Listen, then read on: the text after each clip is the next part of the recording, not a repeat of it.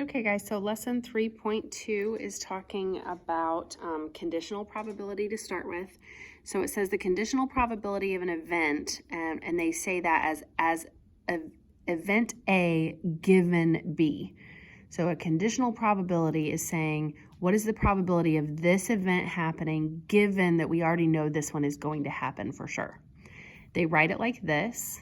So this is the probability of A given B. And this is how you would calculate that. If you find the intersection of those two events, that probability divided by the probability of the given event, like given B, put that on bottom. Okay, so let's talk about how we would do that in a situation. So this one's pretty simple because they don't give me a scenario, they just give me numbers and events. So we can work through this one easily and then we'll talk about a scenario. So this one says, let A and B be events in a sample space.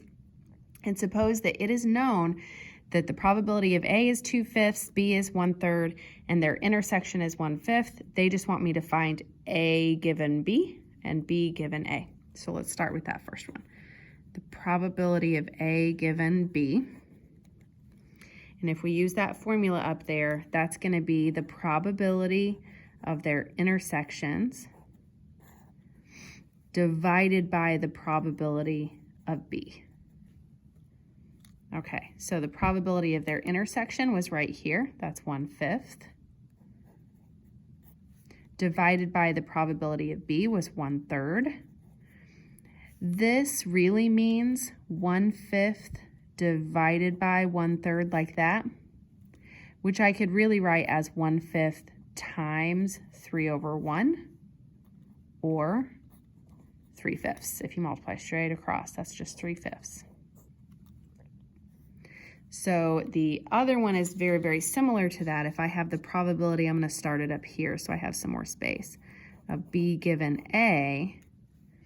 That means I'm going to do that same thing. So B given A, it doesn't matter what order these are in when I talk about their intersection. So it doesn't matter if it's the intersection of B and A or A and B. That's the same thing. So this probability up here is still going to be 1/5 in this case. But this time I have to put A on bottom because it was the one that was given. So that's going to make this one a tiny bit different. Again, that intersection was 1/5. The probability of A was 2/5. So if I write that like this, that's 1/5 divided by 2/5. Which is really the same thing as me saying 1/5 times 5/2, which really those cancel. It's really just 1/2.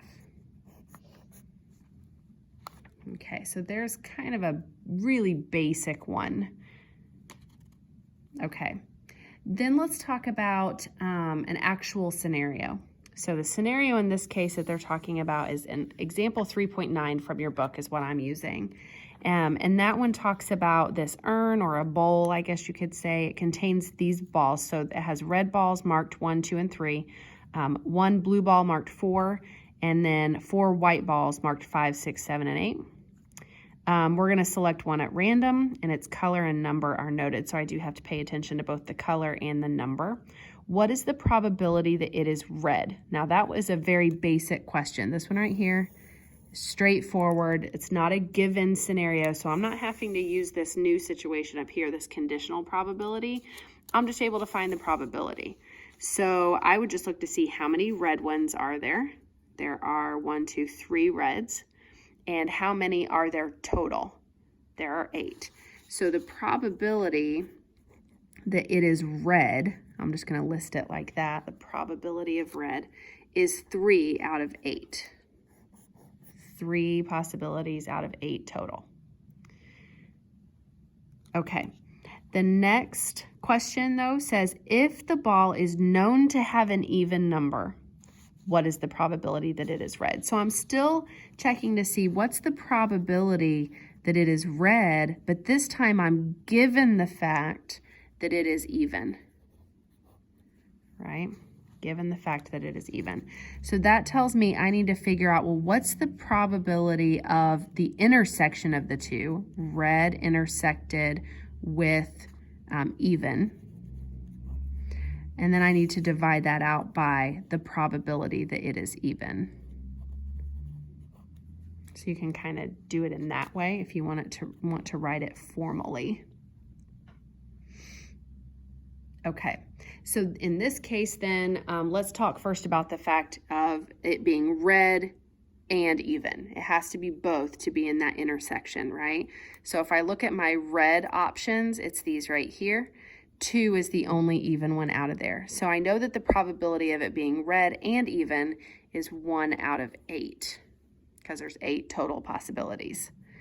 Then I'm going to divide that by the probability that it's an even number. Well, if I have 1, 2, 3, 4, 5, 6, 7, and 8, that means half of those are even. 2, 4, 6, and 8. So 4 out of 8 are even.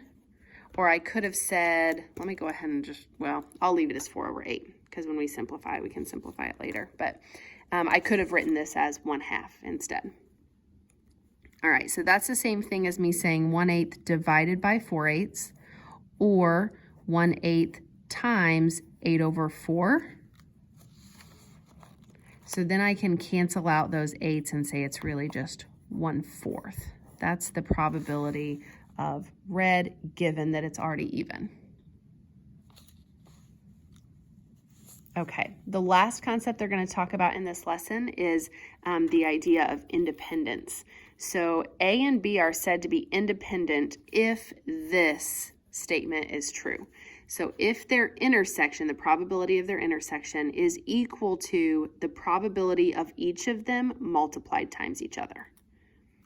Okay, so I'm going to go back to that last situation we were just talking about. I'm still going to use this scenario, and I'm going to give you 3 different events happening here. I've got A, B, and C. A is the event that a red ball is drawn. B is the event that a ball with an even number is drawn. And then C is the event where a white ball is drawn. So first let's just talk about those. What's the probability of each of these?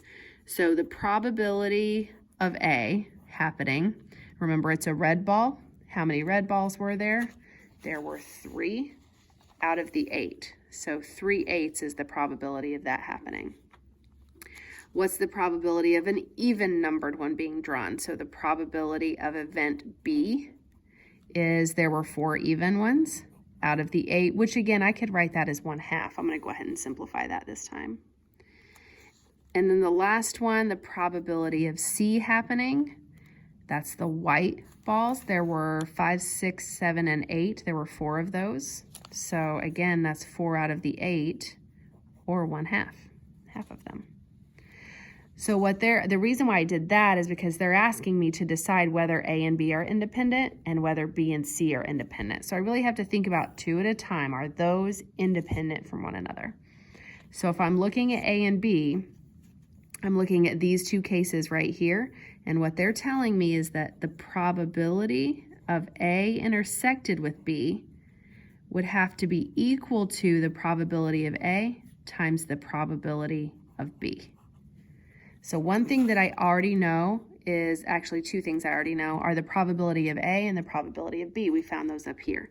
So A was 3/8 and B was 1/2. I'm going to go ahead and use the simplified version of that. Okay, so then let's talk about what's the intersection. Well, the intersection is when these 2 both occur, right? So when is it red and even? We already found that up here. When is it red and even? That happened 1/8 of the time, because if you look at your numbers, there's only 1 even number that is red. So this is 1/8. So my job here is to figure out, is 1/8 equal to this over here? So does 1/8 equal, this is the same thing as 3/16? And no, those are not the same. So A and B are not independent. And I'm just going to abbreviate that. A and B are not. So let's look at B and C now. So B and C, same situation. I need to know, is the probability of B intersected with C the same thing as the probability of B times the probability of C? Well, I already know B and C, so let's write those in. B was 1/2 and C was 1/2. So I need to know, is that intersection the same thing? So the intersection of B and C is where you have an even ball that is also a white ball. So if I look back up here, look at my white ones, there are 2 that are even. I've got 6 and 8, right? So there's 2 out of the 8 options. Well, this is the same thing as 1/4. And if I multiply straight across, that is also the same thing as 1/4.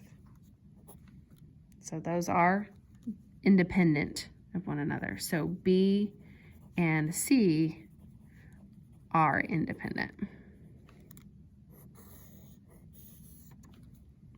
Okay, I think that's all that this lesson covers. So let me know if you have questions. You can send me emails if you do.